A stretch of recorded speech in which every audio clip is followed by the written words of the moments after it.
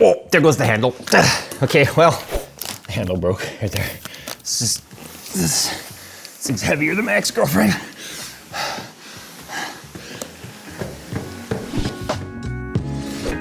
The new Z790 Dark Kingpin motherboard from EVGA features a 14-layer PCB, 21-phase VRM, PCIe Gen 5, Wi-Fi 6, and a host of features to unlock the full potential of Intel's new 13th gen CPU. To see the complete list of features of the Z790 Dark Kingpin motherboard from EVGA, follow the link in the description below.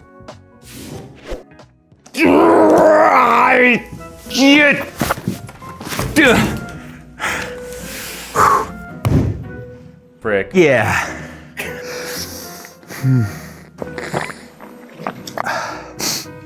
I'm gonna name it. I do think I broke the table with it. That is very wobbly now. My pants are falling off. I'm so excited for this. I can't unbox it that way because I have to lift it up. So the last time we unboxed an Aventum, this is the new Aventum from Digital Storm. It's probably like 120 pounds, 130 pounds at least. If big, awkward size like me. Last time we did this, we had to send it back to them and I had to keep the box intact. I don't think I need to do that this time. Why are there ratcheting straps? Do they expect you to actually crane this thing out of here? Why is there like a strap wrench? I am so confused right now. For the record, this is for a different project we're working on, but I have never received a computer that has ratchet straps and a strap wrench. I am legitimately confused right now. I feel like they were like, because we've worked with Digital Storm for a long time, I think they were like, hey, you want to confuse Jay? This was put some ratcheting straps and a strap wrench in there.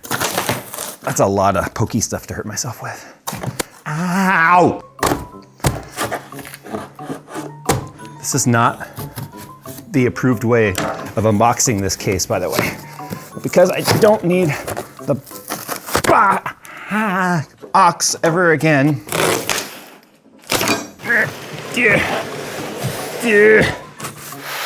See?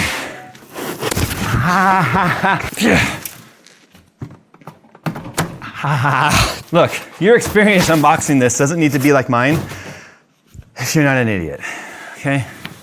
This is definitely not the same one that we looked at back in like 2018. It's not like they're just using a case off the shelf that you can go and buy something for. This is their design. So it's not counted. Because of the way this design is, you can't really trust just the expansion foam. I would rather them do it that way. I need to clean wipe the tubing down. It has fingerprints all over it from when they packed this. Okay, so this is not a quote unquote brand new system. Like it's not, I don't even think this is latest gen. It's a rig that has gone around to shows and really showcases the Aventum build quality and such from Digital Storm. So this illuminates, and we'll turn it on. This illuminates right here. The hardware, if you were to order one today, and for the record, like I said, they did not send this for me to do an unboxing of. I am doing the unboxing on my own because I just love looking at this level of build quality. And it's the kind of SI that, there's not very many out there that'll give you this level of build, on something that you can just buy. I miss the days of being able to use a 560. In fact, I kind of want to ask them for just a chassis that I can build in, Digital Storm, can you send me an Aventum chassis, but empty one? I do like the way they did this though. So we got our reservoir sitting right here that's got some pass-throughs down into the floor right here, which goes underneath. It is all rigid tubed. These are all quick disconnects. So quick disconnect 1, 2, 3, 4, 5, 6 of them. So 2 on the CPU, and then they also go into a pass-through right here. And there's some fingerprints and stuff on it. So downside with chrome tubing is that fingerprints are just a way of life. I feel like the blocks, personally, I would have gone with the acetal instead of the clear acrylic, only because I think it would go better with the aesthetics of the rest of the black and such. But that's a personal preference there, and these are the kind of things that you can spec out with them if you go with a build. Because Digital Storm has off-the-shelf builds that are kind of like pre-built and sitting there and ready to ship, which are spec'd out as like a certain product SKU. And then you have the custom builds like this where they consult with you about how you want it done and then they build it for you. It takes a little longer to do that. It's obviously more expensive, but that's just the way that you're able to get some of these builds to this level of quality. Now there's no fill. Oh, they even have a distro plate up here. That wasn't in the last one, I don't think. So that distro plate is just coming off the radiator. There is a top radiator right here. This is a 360 rad. Matte black finish, which is also going to be a bit of a fingerprint magnet, but I'm sure if anyone that has this level of computer is probably going to be pretty anal about keeping it clean and such. The front side right here, this is where they feature their custom automotive grade paint. So they paint these panels custom. It's a pearlescent. This lights up with the Digital Storm logo. If we come around this side, you can kind of see how it's all coming together. Yes, these fans right here, which are actually sitting right against glass. I don't know how much it really helps, but we called this out in our last video. These blow down on the back side of the motherboard tray. This is actually blowing down on nothing right here, but this blows down on the back side of the socket, which actually helps cool things down a little bit, believe it or not. This right here is another 280 mil rad. So we have a 280 mil, two 140s. We have a 560 on this side and a 360 on this side. I think the only thing I would do differently, honestly, and this is all just hollow right here. You can see all the way through to the other side of the computer right here in this bottom channel. I personally, because there's no exhaust fan here, these are both blowing into each other. And then it's using positive pressure to get the air out. I would have flipped these fans around, because this is how I did it in Skunkworks, because I had a 560 on one side in Skunkworks and a 280 on the other. These were exhaust, pulling air out. So although it was still pulling warm air from the other side of the rad, any airflow over radiator is still gonna be beneficial. So I chose it to make it cross all the way through. And I think I called this out in my last review as well. But anyway, check that. That's the distro plate on the back side. So instead of having tubing and stuff, this on the bottom right here as well has hard tubing or hard fittings and then soft tubing going to the rads and stuff underneath. But then it comes up into here, and then this is just a nice, neat looking thing. So you've got your two fittings there and two fittings there, which are passing through. And it just makes it so much neater and cleaner. These are all cable extensions, by the way. So you can see we have our standard cables down in there. In fact, if I took this cover off, yes, I am using the Lions Tech screwdriver, which is the J2 Sense Edition one, which is why it's red and black. So this gives you access to your cables. So as you can see, it's a little bit more of a cable mess down here, only because they have everything bundled up and they're using colored extensions. If you were running a custom power supply cable kit, then you would probably have to have something like cable mod cables or something made that are extra long, because to make it all the way up and then back down, that's a hell of a run for cables. So that's why they're using the extensions. One, they can do colors more easily. And two, they don't have to have custom cables made for each one of their sets. I am a channel that always advocates build your own, but I am not a build your own snob. I am not naive enough to believe that everyone out there should build their own PC. I believe everyone can, and I also believe not everyone thinks they can, even though they can. Anyone could build a PC. This stuff exists for people like that just go, you know what? I just want to literally meme this and say, shut up and take my money. And then stuff like this exists, which is really cool. And I guarantee you can get it faster from Digital Storm than you'd ever get it from me, which is one of the reasons why I do not offer customer builds of any sort. I want to see if there's fans on the front of this, and then I'm curious as to how they drained this. I don't see a drain port anywhere, and there's no fill port, so I have to use a squeezy bottle into the top, which is, and then turn it on, turn it off, turn it on, turn it off. But I'm curious how they got the coolant out of this, because one of the things that is a must-have for any of my water-cooled systems is a drain port. So this is designed to push some air across, because remember how I showed you that they're both intakes? That's probably helping it move air across it. But so you can see this pearlescent metallic-y white looks really good, and there's a bunch of different colors you can choose from, but this is automotive grade. They prep it, they sand it, they spray it, they clear coat it, they wet sand it. They do the whole thing that you would see with any automotive paint job on the front of that. And if this gives you any indication of how big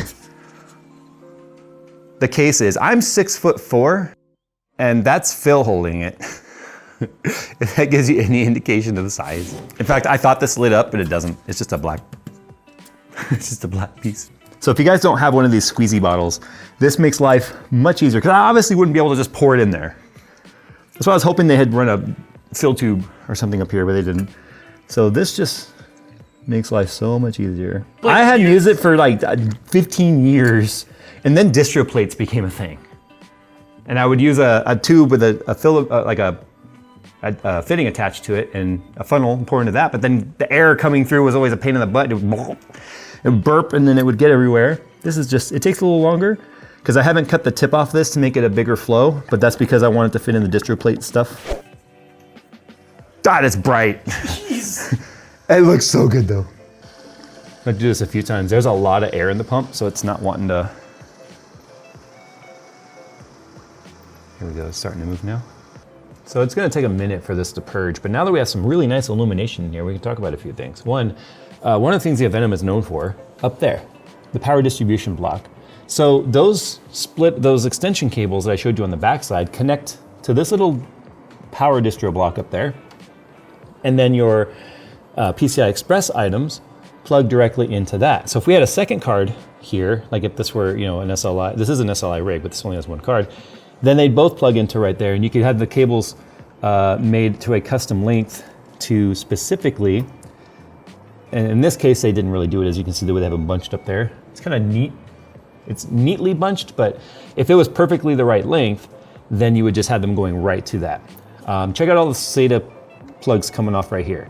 The reason for that is these drives right here, 2, 4, 6, 8, these are hot swap drives. So you push this little latch up and slide it out, attach your drive to it, and then down inside there is a hot swap bay, which means that when you push this back in, it will just immediately slot into the SATA power and data connection, and then you have your drives. So if you're still using a ton of spinning drives or something like that, you can have 8 of them there or 8 more SSDs.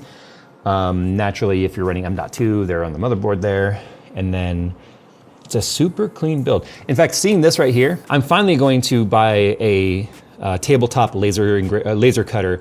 That way I can start doing this sort of stuff myself. I'm just tired of trying to half-ass it. 3D printing works for certain things, but it would never be this smooth and clean. So it's just time to get a laser cutter so I can start doing things the right way. But anyway, there you go. It takes a bit for a system this size to completely bleed. Like if I show you the back right now, you'll see the little distro block deal. And look how nice the back is done. There's even lighting back here. I mean, who lights the back of the case? Well, when it's this pretty, why wouldn't you? We're asking a lot of this single D5 pump. We have the 280 rad right here. The top is a 420, not a 360. So I want to correct myself. They're all 140 millimeter fans in here. But that's a 420 on top, a 280 on the back, and a 560 on the front, going through multiple distribution blocks. This block here, the little one on the top that connects the radiator on the top, and then 2 water blocks, and a lot of quick disconnects. Unfortunately, quick disconnects are quite restrictive versus just straight pass-through fittings. So having, you know, what is that, 6 quick disconnects right here alone, and then there's that one on the bottom, really does slow down the flow rate. Now that's not going to do a terrible thing for cooling. It just means the coolant will actually sit in the radiator longer. As long as you have movement of fluid, it's gonna be fine. It's just asking a lot of that D5, which means slower time to bleed the system. They haven't really changed this over the years, because why would they? It is so damn good. It is so damn good and light that there's no reason to change this. It is a showcase of the build quality that you can get from Digital Storm as an SI. And then of course the hardware and stuff is always going to be matched to whatever current hardware is. So I'm fairly certain they have 30 series and at least 12th gen, probably now 13th gen and probably even AMD systems available in their hardware configurations.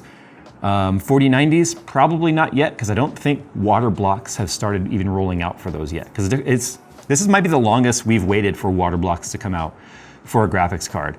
It's my understanding while talking to some of the block manufacturers that normally NVIDIA would give them a schematic, like a CAD, that tells them the peaks and valleys of a card and what it looks like.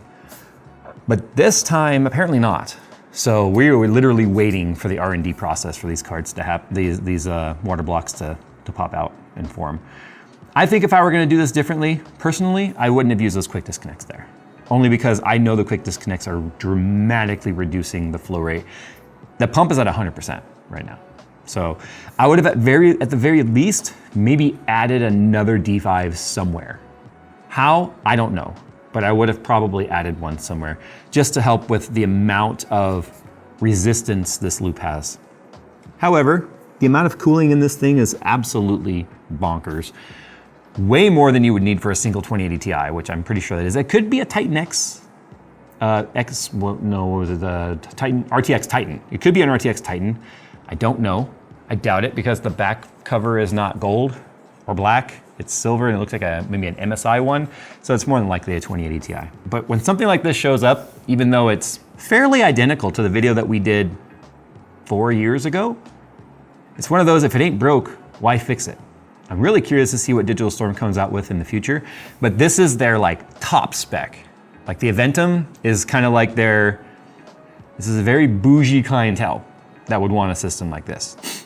The shipping alone would probably cost as much as systems that people would pay for. But when you shop in Beverly Hills land when it comes to a computer, this is what you can expect. Anyway, thanks for watching, guys. If nothing else, just to see a neat computer and maybe jostle your brain juices into some sort of inspiration for your builds. It gives me inspiration, and like I said, I kind of wish I had one of these chassis of my own. It's very SM8-esque, SM88-esque from the Case Labs. I still have it, might still do something with it, but I just love the crazy angles and stuff happening here. But anyway, hope you guys enjoyed. Thanks for watching. We'll see you in the next one.